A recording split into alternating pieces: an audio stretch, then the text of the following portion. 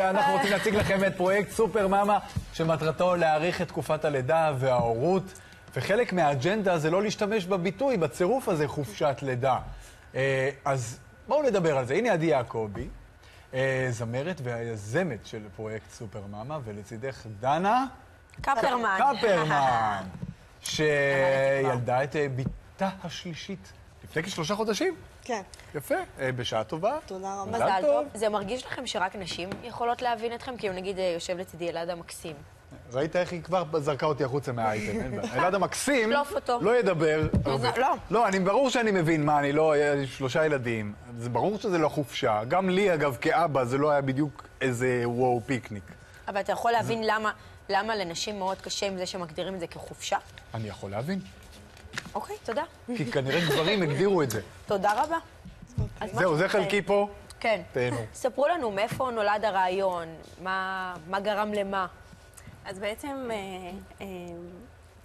כל הרעיון נולד מהסתכלות פשוט ושיחות עם אמהות, אם זה קולגות, אם זה חברות, משפחה, והבנה שפשוט יש פער עצום בין מה שקורה בפועל לבין החוק, לבין מה שקורה בביטוח לאומי, מה שאנחנו מכירות, 15 שבועות דמי לידה, וזה לא מספיק.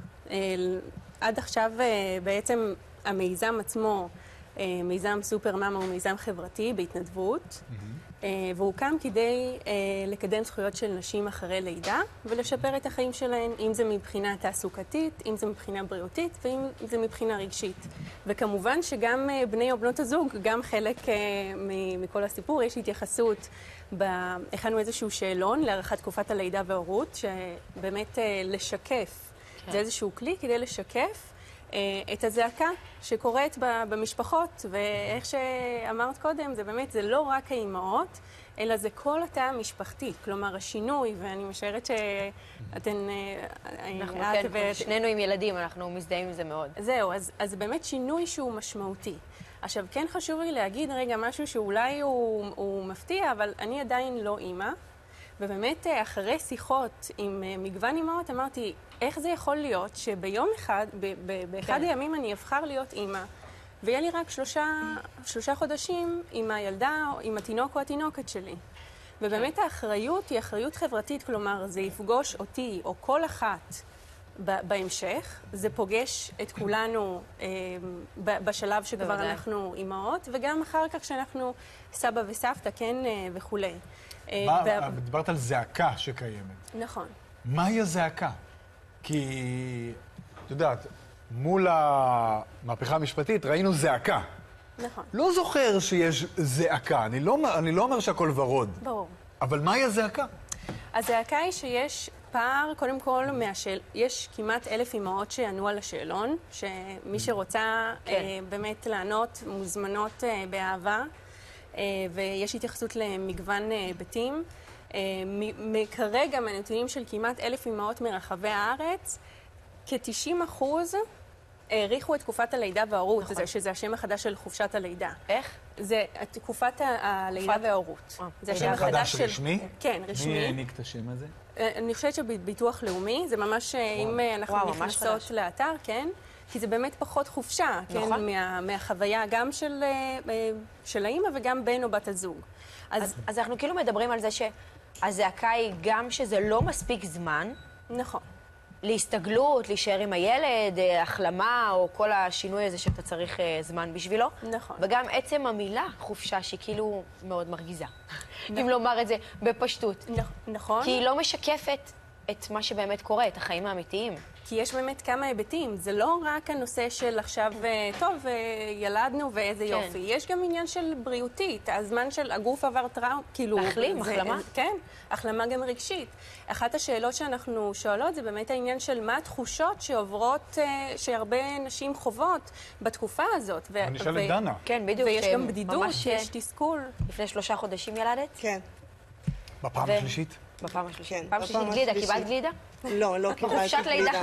חופשת לידה בערך, כי אני הפסקתי לעבוד. שהתחילה הקורונה, כי היו לי 2 ילדים בבית ספר, והיו את כל הסגרים, פעם כן, פעם לא. אז זה נורא קשה להחזיק ככה מקום עבודה. כן. אז החלטתי להישאר בבית, לראות שהכל ממשיך הלאה. ואחר כך אני התחלתי בעצם, הגעתי, בוא נגיד ככה, רציתי להיכנס להיריון, וזה היה לי נורא מוזר להתחיל באיזשהו מקום עבודה, להתחיל ואחרי חודש לבוא ולהגיד, טוב, נכנסתי להיריון, תודה רבה. כי דרך המנהל הוא היה אולי מסתכל עליי בצורה מוזרה, מבטים מהאנשים, מהעובדים, ואני רציתי לחסוך את זה לעצמי, אז נשארתי עוד ומשכתי עוד. יפה שהיית רגישה לזה. לא כולן עושות. כן, אני לא מכירה אנשים שמדברות. יותר חושבות על איך לעשות את זה הפוך. כן. ויש פחות, סליחה, יש גם פחות לגיטימציה, כלומר, זה משהו שהוא טבעי. זה משהו שהוא אמור להיות דווקא טבעי. כאילו, אנחנו אומרות, אם אנחנו בוחרות להיות גם אימהות וגם נשות קריירה, אז זה צריך להיות משהו שגם המעסיקים והמעסיקות כן יקבלו, כלומר, שלא תהיה את התחושה הזאת שדנה מספרת אותה. מה לדעתך צריך להיות המספר? בשבועות, אני מתכוון? אני חושב... בבקשה. לא, כן, שמתי סימן שאלה. כעיקרון, אני עליתי מווינה. עכשיו, אני יודעת שחופשת הלידה היא 3 שנים. כמה? 3 שנים. בווינה? כן, בווינה. באוסטריה. באוסטריה, כן. יאללה, בוא נעבור. מה אתה אומר? אשכול? יש חופשת הגירה? גם איזה 3 שנים להסתגל? כן, עכשיו, החברות שלי מספרות, וכמה שאני ציונית, והגעתי בכיף מרצוני לישראל, זה כן סוג של מתסכל, שהן יכולות לבחור לעצמם... התנאים שהן מקבלות, כן. גם, כי בעצם זה עובד שהם יכולים לחלק את זה עם הבן זוג, עם הבת זוג, נגיד, אחד לוקח 1.5 שנה עם הילד, השני עוד 1.5 שנה. עדי, אנחנו צריכים, סליחה ששמתי לך רגע נקודה, דנה, אנחנו צריכים לסיים, רק תגידי לנו איך אפשר למצוא עוד פרטים, או להצטרף, או לשמוע. אוקיי, אז יש לנו קודם כל, אני מקווה שהעלינו את ה-QR code, ויש גם את השאלון שאפשר למצוא בפייסבוק, אם זה בפרויקט המוזיקלי להעצמת נשים, או בקבוצת הפייסבוק סופר מאמה, ורק אני אסיים, כן חשוב ממש, שהתקופת הלידה וההורות לא תהיה מקום של הורדה של נשים, כלומר, הרבה נשים חוות או שהן עוזבות את מקום עבודה או הלימודים, ושזה לא יהיה מקום נכון, אלא שמעצים. זה QR code, עדי יעקבי, סופר מאמה, זה המיזם, הנה כאן ממש בפינה, אפשר לעצור לרגע את המסך ולהקליד. תודה רבה. תודה רבה לכל האימהות שכבר ענו על השאלון, ותודה רבה על ההזדמנות. תודה.